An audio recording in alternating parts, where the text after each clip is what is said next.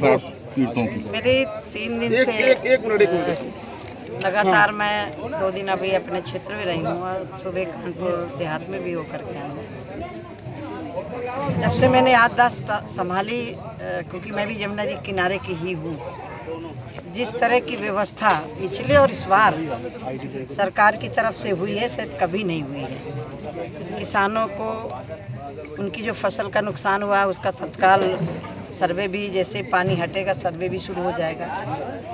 उनके परिवारों के लिए किट भी दी जा रही है और जो मकान गिरे हैं उनकी भी सूची बनेगी। उसमें आकस्मिक जो दुर्घटनाएं होती हैं उसके तहत माननीय मुख्यमंत्री जी ने पूरे प्रभारी मंत्रियों को भी लगातार भेज रहे हैं और उसी के तहत 3 दिन का प्रवास मेरा भी था बाढ़ प्रभावित क्षेत्रों का, क्योंकि ये मेरा एक सब तरह से मेरा ये क्षेत्र है जिसको मैं कह सकती हूँ कि जन्म से लेकर के राजनीतिक जन्म तक दोनों की दृष्टि से मेरे लिए महत्वपूर्ण है हमीरपुर जनपद।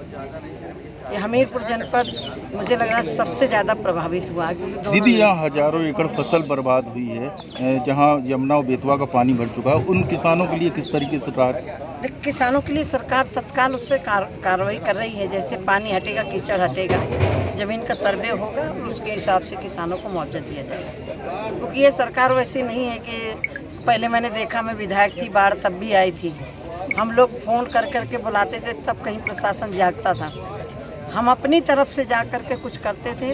मुझे याद है 2012 में जब बाढ़ आई थी, सपा की सरकार थी, पूरे बंधा में और यहाँ लोग पड़े हुए थे। मैं जब लखनऊ से लौटी रात 11 बजे, उस समय तक कुछ बांटा नहीं गया था। 3 लोगों को किट बांट के और ये कह दिया गया था कि पूरे को बांट दिया गया। सहतादेव जी थे मेरे साथ में।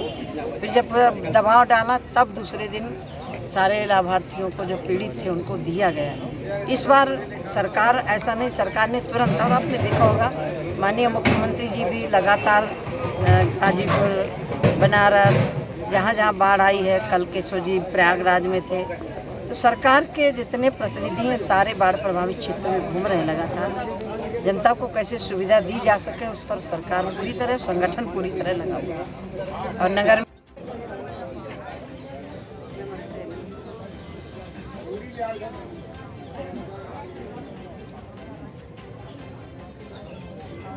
नमस्ते।